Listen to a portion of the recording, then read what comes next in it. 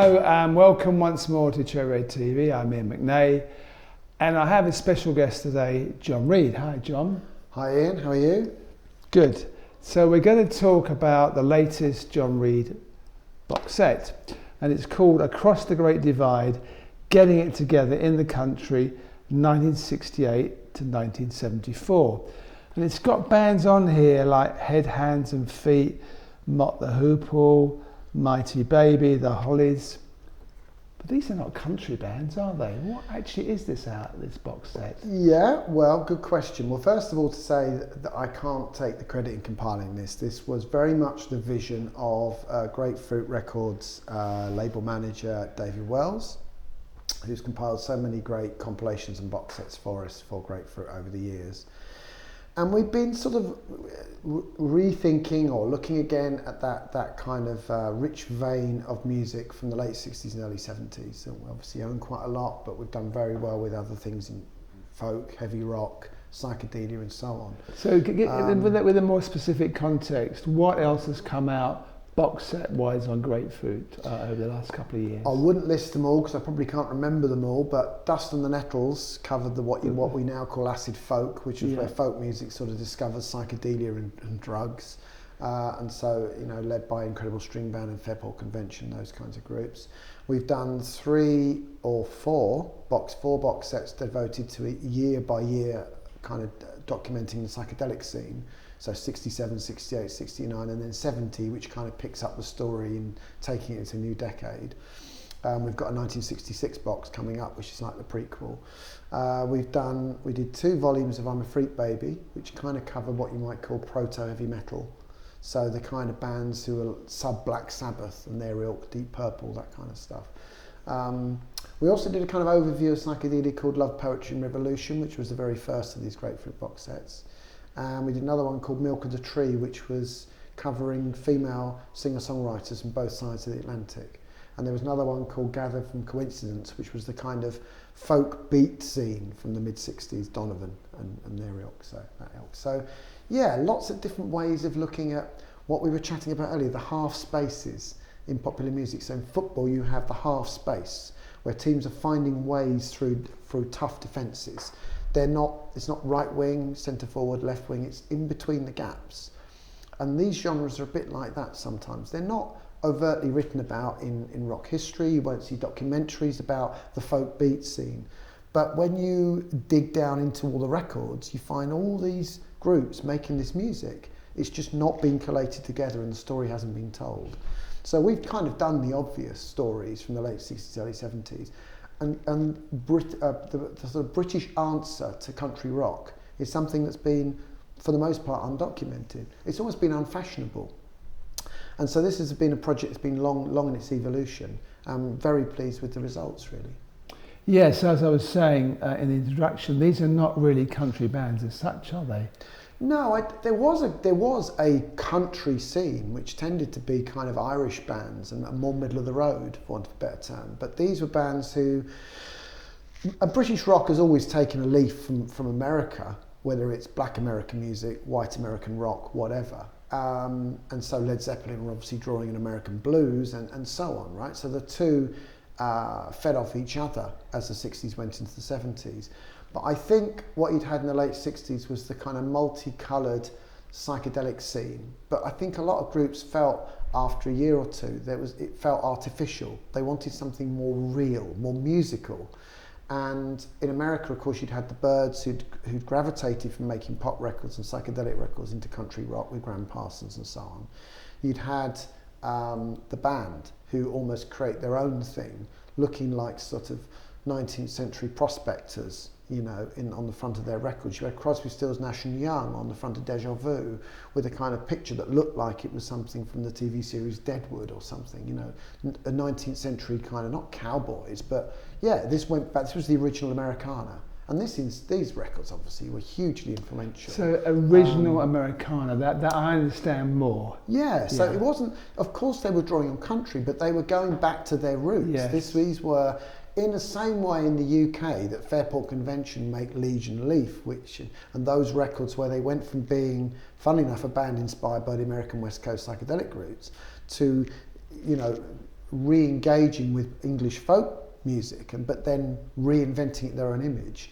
What you had in America was the same thing happening with bands taking traditional country music, but then intersecting that with rock and more things that they were doing, and drugs and everything else. So Crosby, Stills, Nash and Young take a leaf from that, and so do a lot of these other groups. The British bands who were going into the 70s, what's new, some of them went into progressive rock, which was very much a British phenomenon, or proto-heavy metal or whatever. But there were all these other groups that to a greater or lesser degree were definitely inspired by this new Americana, this new country vision from America. And I guess the first group that you think of in terms of spiritually grabbing that were Traffic, because they famously said, we're gonna, because it's also about kind of lifestyle, and it's always a spiritual thing as well. If you're living in a city, that kind of informs the kind of music you're making. And Traffic famously retreated to the country, literally, to make, I think, the second album, Traffic. And that became something that people talked about, this idea of a kind of rural retreat, getting away from the hustle and bustle of urban life. And that seemed to intertwine with the kind of music you would make, which would be, to a degree, more introspective, perhaps more acoustic, and was certainly inspired by what bands like the band were doing in America. Yeah, because you see, it's such a diverse group of bands, because you've got Brinjey Swartz on here, you mentioned Traffic, the Tremolos, people that you wouldn't necessarily associate, Mott the Hoople, as I said earlier, these are all basically more rock type bands, or Brinjey Swartz were more a pub rock type Yeah, I mean, bands. but then you see, although pub rock is known as more of an overt scene, but I think that's just a kind of random confluence of events that rock writers have felt more comfortable talking about it. Perhaps because there was more a number of venues that people could focus on, and what that evolved into with Stiff Records and Chiswick and so on. But I think that pub rock was a many and varied scene, and included lots of bands who were making music like this. Also included lots of sort of basically jazz fusion groups like Average White Band and Kokomo. So pub rock, in a funny kind of way, people think of a certain type of music, but it was actually a scene of lots of different bands making lots of different types of music. A lot of these groups were certainly part of the pub rock scene in the broadest sense. But you have artists like Rod Stewart and the Faces and Ronnie Lane. They're obviously making music that's got, to a greater or lesser degree, a country influence. Ooh La La's on here, which is a massive hit. But it's not a record that you can hear the influence of country rock on that song, for sure. And you've got 75 tracks on here. This is a lot of work putting this together, isn't it? As ever, always a lot of work stitching it together.